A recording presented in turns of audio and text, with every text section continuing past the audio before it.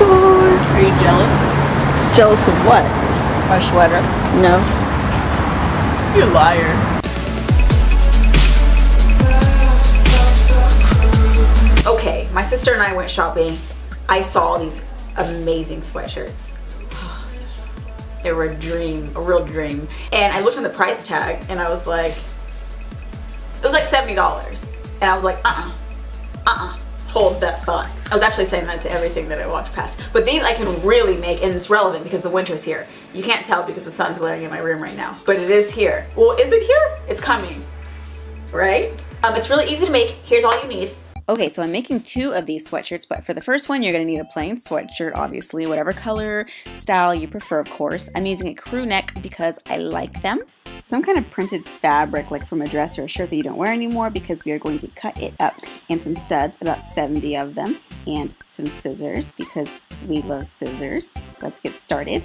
So for the first design, I'm going to take my black sweatshirt, actually, but you can use whatever color you want, and my old floral dress that does not fit me anymore. And I'm going to turn it inside out and lay it on something flat. And then with a pen, I'm going to actually trace around my iPhone in order to make the shape of a cross. And I'm using my iPhone because it's just like the right width, and also, you know, it's flat and straight and hard and all that stuff that we love.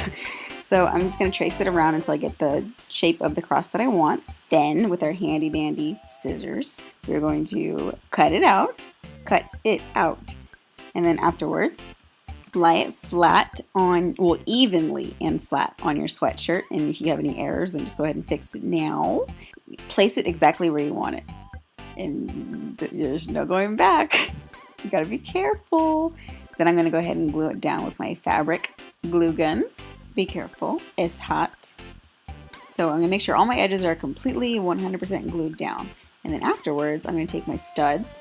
And these are the kind of studs that have the prongs on the ends. You actually shove them through the fabric and then you bend the prongs inwards, and that's what keeps them in place. Like through the washing machine and the dryer and everything. It's actually really sturdy. Kind of like paper fasteners is what it reminds me of. Anyway, so I'm gonna go ahead and punch them through, actually through the cross and through my sweatshirt, both. If you place the studs outside of the cross, then the fabric of the corners of the edges of the cross tend to like kind of come up and it doesn't really look right. I just think it works out nicely with it on top of the cross fabric. Anyways, afterwards, when you're finished framing your cross with your studs, I have some extra studs left, so I'm going to go ahead and place them on the collar. And I think that this just kind of pulls the whole design together. I did it without the studs on the collar. I didn't like it as much, but I guess it's up to you. If you have extra studs left, then you can make the executive decision. I am separating them by 2 fingers. If you notice, my fingers are blue a little bit, and you're going to find out why shortly.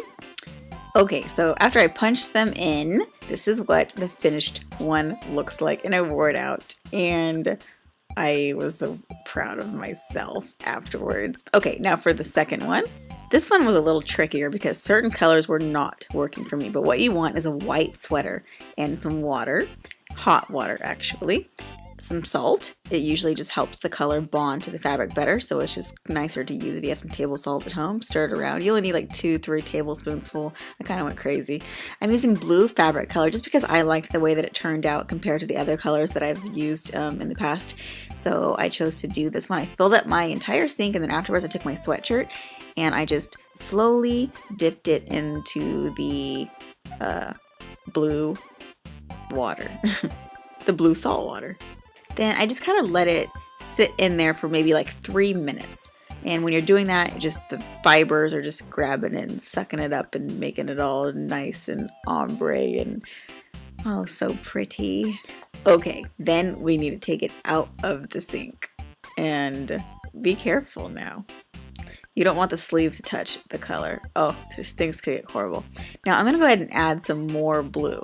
Why? Because I need it to be bluer for this next step, and that's to dip it again into the bluer salt water. And that's what's gonna give us this ombre looking blue bottom, and then let it sit overnight, or just dry it with a blow dryer for like hours if you are that bored. and then wash it the next day on cold, and then dry it. And then this is what it looks like when it comes out. Now I have some silver studs, the same kind of studs, the prong ones, and I'm actually going to place them directly underneath the collar. And I'm going to do the same thing. Put my 2 fingers in between and, you know, place the next one. 2 fingers, place the next one. This way I get them evenly separated.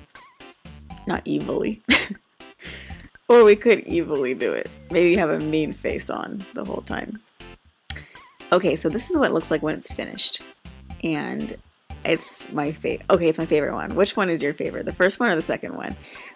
So these are just 2 easy things that you can do with old $8.99 sweatshirts. I hope that you guys like it.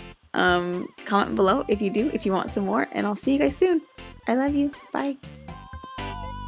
It's your birthday.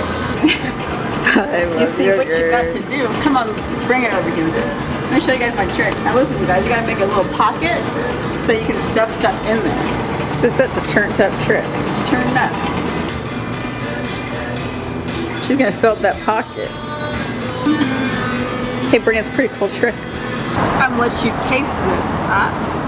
Aw, you playing with us. Oh.